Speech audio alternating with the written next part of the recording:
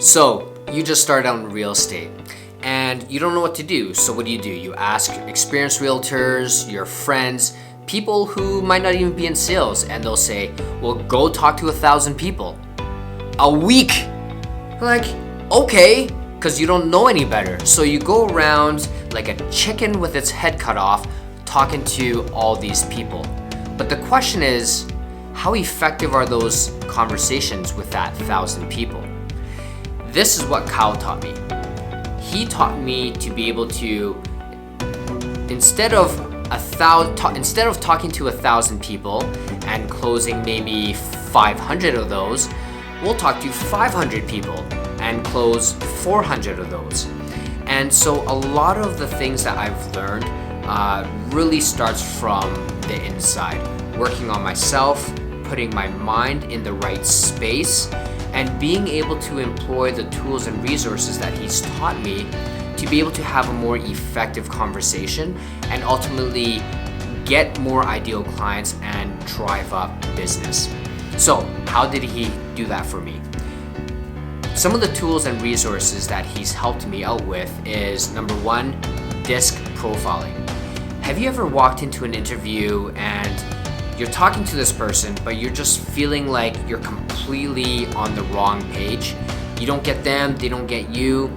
And what I've learned was by being able to disc profile an individual person, you're able to cater and deliver a message that speaks to their personality.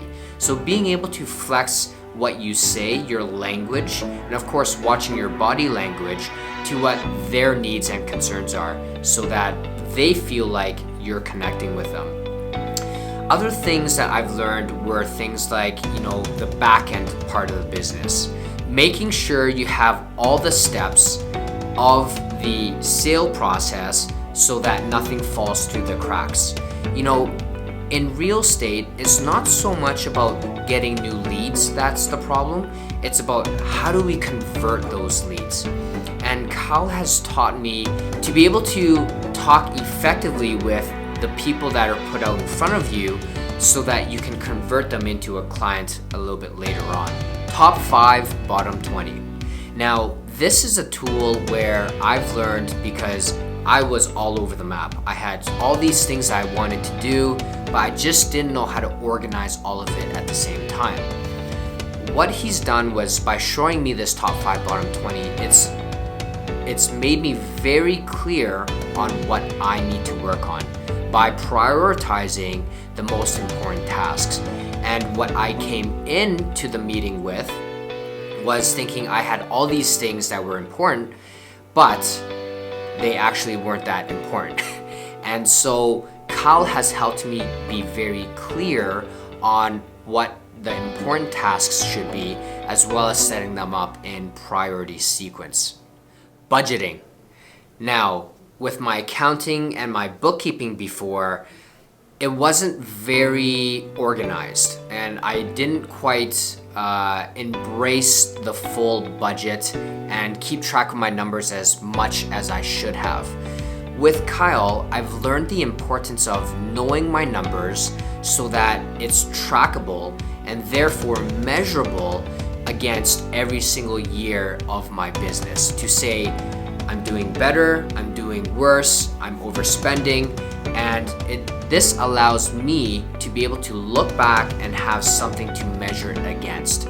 So budgeting is something that I've learned is very important, and in the past, budgeting wasn't very important for me because I just didn't like dealing with it.